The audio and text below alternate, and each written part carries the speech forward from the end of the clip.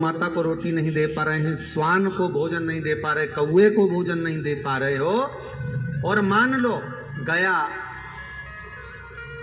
ब्रह्म कपाली या कहीं पिंडदान नहीं कर पा रहे हो, तिलांजलि तर्पण नहीं कर पा रहे हो, तो एक काम जरूर करना, जल के पात्र में 2 बूंद गंगा जल डालना और वो गंगा जल शंकर को रोज 16 दिन तक चढ़ाइए, पितृदोष समाप्त हो जाए। जिस नारी के ऊपर पितरों की छाया होती है, घर के बुजुर्गों की, घर के पूर्वजों की छाया होती है, ध्यान देना, वही व्रत श्रेष्ठता से कर पाती है। और सहज भाषा में समझ लीजिए, बहुत अच्छे से समझना इस बात को, कि मान लो कि जिस व्रत के दिन आपका उपवास है, सोमवार का, मंगलवार का, बुधवार का, गुरुवार का, तीज का, चतुर्थी का, पंचमी का, छठ का, किसी का भी अगर आपका व्रत है, और उस व्रत वाले दिन यदि आपको क्रोध आ रहा है, व्रत वाले दिन अगर आपकी प्रवृत्ति चिड़चिड़ी हो रही है, क्रोध आ रहा है, अपशब्द निकल रहे हैं, रोना आ रहा है, क्रोध आ रहा है, बहुत सारे परेशानी उसी दिन तुम्हारे सामने आ रही है, समझ लेना कि तुम्हारे घर के पितृ भूखे जरूर है, अन्न भाग मांग रहे हैं। जिस व्रत में हमको क्रोध आ रहा है, जिस व्रत में हम चिड़चिड़े हो रहे हैं, जिस व्रत में हम अपशब्द कर रहे हैं, जिस व्रत में हमको रोना आ रहा है, जिस व्रत में हम किसी की बात का ठेस हमको पहुंच रहा है और हम क्रोधित हो गए, हम रो दिए, हम चिड़चिड़ हो गए, समझ लेना वो फूल मुरझा चुका है, वो व्रत तुम्हारा बेकार हो चुका है, उसको भगवान स्वीकार नहीं करेगा। इस व्यासपीठ से कहना चाहेंगे कि जितने भी यजमान यहाँ कथा करवाने आते हैं, जितने भी यजमान यहाँ पहुँचते हैं या ऑनलाइन वहीं से बैठकर पूजन कर कर कथा करवाते हैं, हम उनको भी कहते हैं कि 7 दिन की आपकी शिव महापुराण की कथा है, 5 दिन की आपकी शिव महापुराण की कथा है, 9 दिन की आपकी शिव महापुराण की कथा है, शंकर की कथा, चाहे भागवत कथा हो, चाहे रामायण कथा हो, रामचरितमानस हो, चाहे गीता हो, जिस पुराण को आप बचवा रहे हो, जिस पुराण को आप करवा रहे हो, जो करवाने वाला होता है उसके चेहरे पर स्माइल होना चाहिए, प्रसन्नता होना चाहिए। क्यों?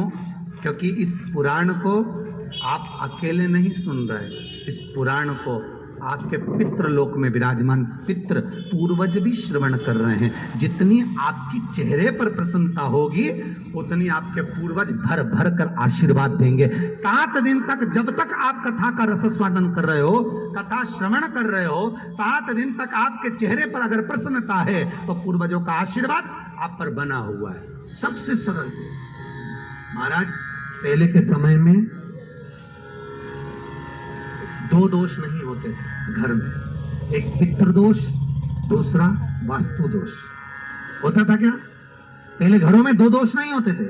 ना पितृदोष होता था, ना वास्तु दोष होता था। आज के जमाने में लोग मकान बनाते हैं, घर बनाते हैं, तो वास्तु शास्त्री को बुलाते हैं, नक्शा बनवाते समय कहते हैं वास्तु के हिसाब से मकान बनाना, वास्तु के हिसाब से घर बनाना। तो पहले के जमाने में तो लोग मकान बनाते हैं, जिसका मन होता था, पिताजी का मन होता, यहाँ बाथरूम बना दो, वो बाथरूम बना दी, यहाँ पर ये बना दो, हॉल बना दो, हॉल बना दिया, जहाँ रसोई घर बनाना है वहाँ रसोई घर बना दिया। पिता का मन, घर के लोगों का मन, बुजुर्ग का मन, वहां बना देते थे। पर आज के जमाने में मकान पूछ पूछ कर बनाया तो भी घर में रत्ती भर की शांति नहीं, घर में रत्ती भर की लक्ष्मी नहीं, घर में रत्ती भर का सुकून नहीं। घर से बाहर रहती शांति रहती, घर की जैसी अंदर घुसी वैसी अशांति चालू। फिर किसी को बुलाया, हमारे घर में क्या हो गया? वास्तु दोष, पितृदोष। पहले के जमाने में 2 दोष नहीं होते थे, ना पितृदोष होता था, ना वास्तु दोष होता था। क्यों? क्योंकि घर के लोग घर के मटके में से, हंडे में से, परिंडे में से, मटके में से पानी लेते थे और पानी ले जाकर अपने घर में से लेकर जाकर शंकर को चढ़ाते थे। तो घर का जो मटका होता है, पानी भरने का जो मटका पात्र होता है, वो पितरों का स्थान होता है। और घर में से जब पानी लेकर जाते थे तो पूरे घर का वास्तु दोष उस पानी के अंदर जाता था, और घर के मटके में से पानी ले जाते थे तो पितृदोष उसमें समाहित होकर चला जाता था। शंकर को चढ़ाने से वास्तु दोष और पितृदोष दोनों समाप्त हो जाता था महाराज। तो अब आज के जमाने में घर का पानी कोई चढ़ाता ही नहीं है, इसीलिए घर में दोनों दोष।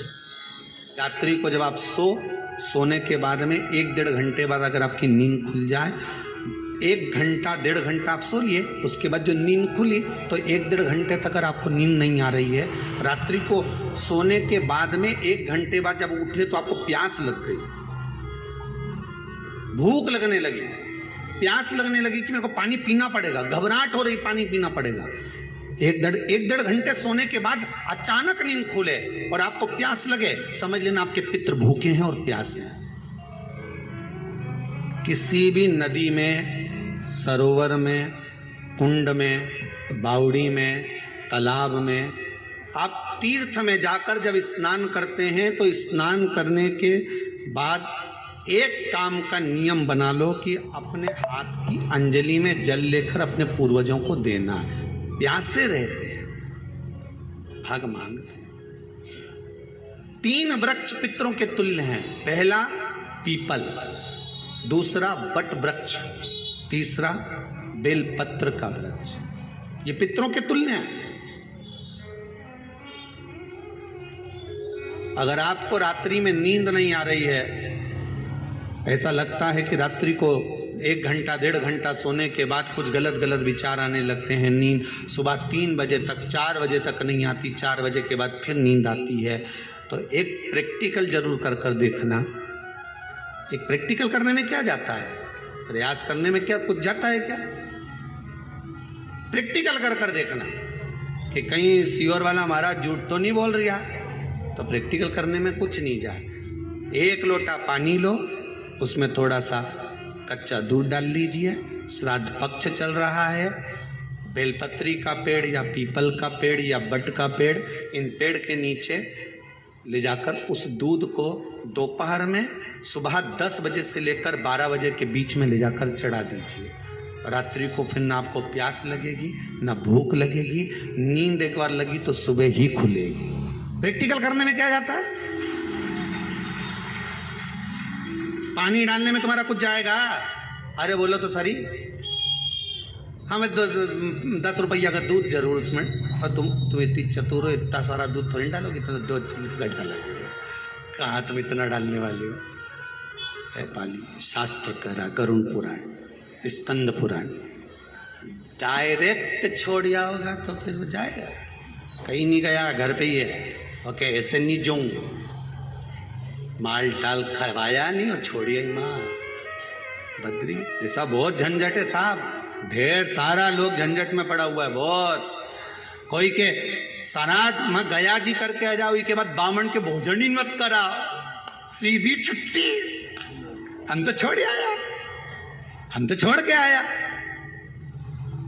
तो किसी ने पूछा तुम छोड़ के तो आए हो, मना नहीं है, पर जब 16 श्राद्ध आता है, 16 दिन हमारे पितरों को मृत्यु लोक में भेजा जाता है। तुम तो छोड़ आए, तुम्हारी शादी किसी गार्डन से हुई, बोलो ईमानदारी की बात, अब गार्डन से हुई तो तुम 50 बार गार्डन के सामने से निकलोगा तो तुमको याद आएगी कि नहीं आएगी? बोल, ईमानदारी से बोलना। मेरी शादी धर्मशाला से हुई थी, भले वो धर्मशाला की जगह पे दूसरी कॉलोनी बन गई, भले वो धर्मशाला की जगह पे दूसरा कुछ बन गया, भले वो गार्डन की जगह दूसरी चीज बन गई, पर याद तो है नहीं तुम्हें कि यहीं आफत आई थी हमारे? ध्यान में तो है कि इसी गार्डन में मेरी शादी हुई थी, यही धर्मशाला, इसी धर्मशाला में मेरा ब्याह हुआ था। ध्यान में है कि नहीं? जितनी बार निकलोगे तुम्हें वो धर्मशाला याद आएगी, जितनी बार निकलोगे तुम्हें वो गार्डन याद आएगा, जितनी बार निकलोगे तुम्हें वो नजर आएगा कि यहाँ मेरा विवाह हुआ था, यहाँ मेरी शादी हुई थी। उसी तरह हमारे पूर्वज हैं, हमारे पितृ हैं, जब जब 16 श्राद्ध में मृत्यु लोक पर पितृलोक से आते हैं, सबसे पहले तुम्हारे ही घर पर जाते हैं, आस लगाकर, विश्वास लगाकर तुम्हारे ही दरवाजे पर जाकर कुछ मांगने का प्रयास करते हैं, कुछ पाने का प्रयास करते हैं तुम्हारे दरवाजे। ये फर्ज आपका है, ये फर्ज आपका है कि आप उनको दे रहे हो ना दे रहे हो। ब्राह्मण भोज तो कराना चाहिए, गौ माता को रोटी का दान तो देना चाहिए, शिव महापुराण की कथा यहां तक कहती है, समुद्र मंथन के समय पर देवता राक्षसों ने मिलकर जब मंथन किया, सुमेरु पर्वत को लेकर शेषनाग की नेति बनाकर जब मंथन करना प्रारंभ करा, मंथन करना जब प्रारंभ करते हैं, उस समय पर सबसे पहले अगर कुछ निकली है तो गौ माता निकली। क्या निकली है? गौ माता। गाय को निकालने का कारण केवल इतना था कि गाय का जो दूध निकलेगा, मंथन में जो विष निकलेगा, उस विष को जो पिएगा उसका कंठ जलेगा, उस कंठ की जलन को गाय का जो दूध है वो जलन को रोक सकता है। ब्राह्मणों को या ब्राह्मण के बच्चे को अमावस्या के दिन दूध पिलाते हैं या दूध का गिलास देते हैं तो वो पका हुआ नहीं देता, पका हुआ नहीं देता, वो कच्चा दूध है। पीपल के नीचे जो दूध चढ़ाते हैं वो जम के बोलते जाओ कच्चा। शिव जी को जो दूध चढ़ाए वो कच्चा। कहीं पूजन में अगर प्रयोग लिया जाए तो कच्चा।